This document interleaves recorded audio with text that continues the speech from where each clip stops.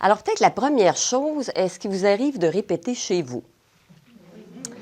Alors, j'ai jamais vu de famille où il n'y a pas de répétition. Alors, quand je répète, je récompense mon enfant. Alors, un comportement chez un enfant désagréable, s'il répète ce comportement-là, c'est que c'est payant pour lui. Il gagne quelque chose. Donc, l'enfant à qui je répète 3-4 fois de ramasser ses bébelles, je sors de la pièce, je reviens, j'ai dit ramasse-les. Qu'est-ce qu'il fait tout ce temps-là? Il continue à jouer, à faire ce qu'il a envie de faire. Donc, je le récompense quand je répète plusieurs fois. Pourquoi les enfants refusent de collaborer? Selon William Glasser, qui est psychiatre, consultant en éducation, lui, il dit 90 des enfants qui se comportent mal manquent d'amour et d'attention. Donc, il y a 9 enfants sur 10 avec qui on a de la misère. S'ils avaient l'amour et l'attention dont ils ont besoin, on n'aurait plus de trouble avec ces enfants-là. Puis là, les parents vont dire « Hey, on est dans vos groupes, on les aime, nos enfants. » Je suis certaine de ça. Je suis certaine que vous êtes d'excellents parents, parce que vous ne seriez pas ici. Puis je suis sûre que vous les aimez aussi, parce que vous ne seriez pas là non plus.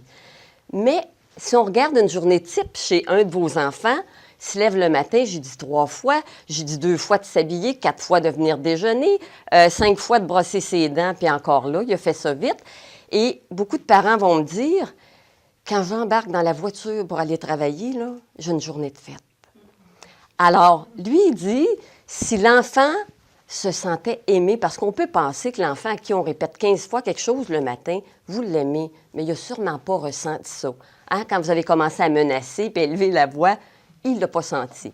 On va regarder ce soir, là, comment ce 90 %-là, on peut mettre ça à 0. Donc, comment il peut se sentir aimé parce que vous les aimez? Les enfants réalisent très tôt aussi, alors 1 an et demi, 1 an même, que quand ils se comportent de façon désagréable, le petit d'1 an là, qui jette en bas de sa chaise haute sa nourriture, on va s'en occuper. Hein? S'il mange tranquille, on ne s'en occupe pas, mais dès qu'il pitche ça, on arrive, on ramasse, on nettoie, puis on lui dit de pas recommencer. Donc, ils réalisent que quand ils se comportent d'une façon qui est désagréable, on est là, puis on leur donne de l'attention. Et pour un enfant, il vaut mieux avoir une attention qui n'est pas agréable que pas d'attention du tout. Il y a des parents qui me racontaient, il y avait un enfant de 3 ans et demi, et leur petit Julien, ils vont à Sainte-Justine avec le petit Julien parce que sa taille et son poids, c'est en dessous de la normale. Et le petit Julien, moi, je dis aux parents, bien, j'aimerais ça qu'on arrête de lui donner de l'attention quand il ne mange pas. Parce qu'il semble qu'il y a énormément d'attention quand il ne mange pas. Une petite bouchée, Julien, puis encore une autre, puis... Alors, j'ai dit, moi, je vous proposerais des façons agréables de lui donner de l'attention. Puis quand il ne mange pas, occupez-vous-en pas. Puis dites-y, Julien, là, t'es assez grand pour savoir si t'as faim, là, on s'occupe plus de toi. Et donnez-lui de l'attention agréable en dehors des repas. Bien, le petit Julien, là, il s'est mis à engraisser.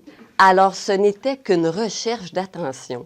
Alors, puis les enfants, là, très tôt, ils savent où ils peuvent aller chercher ça. À l'heure des repas, parce qu'on ne veut pas qu'ils crèvent de faim. À l'heure des devoirs et des leçons, parce qu'ils savent qu'on veut qu'ils réussissent à l'école, puis quand ils chicanent entre frères et sœurs, parce qu'on ne veut pas qu'ils s'entretuent. Donc, ils ont appris de bonne heure où aller chercher ça.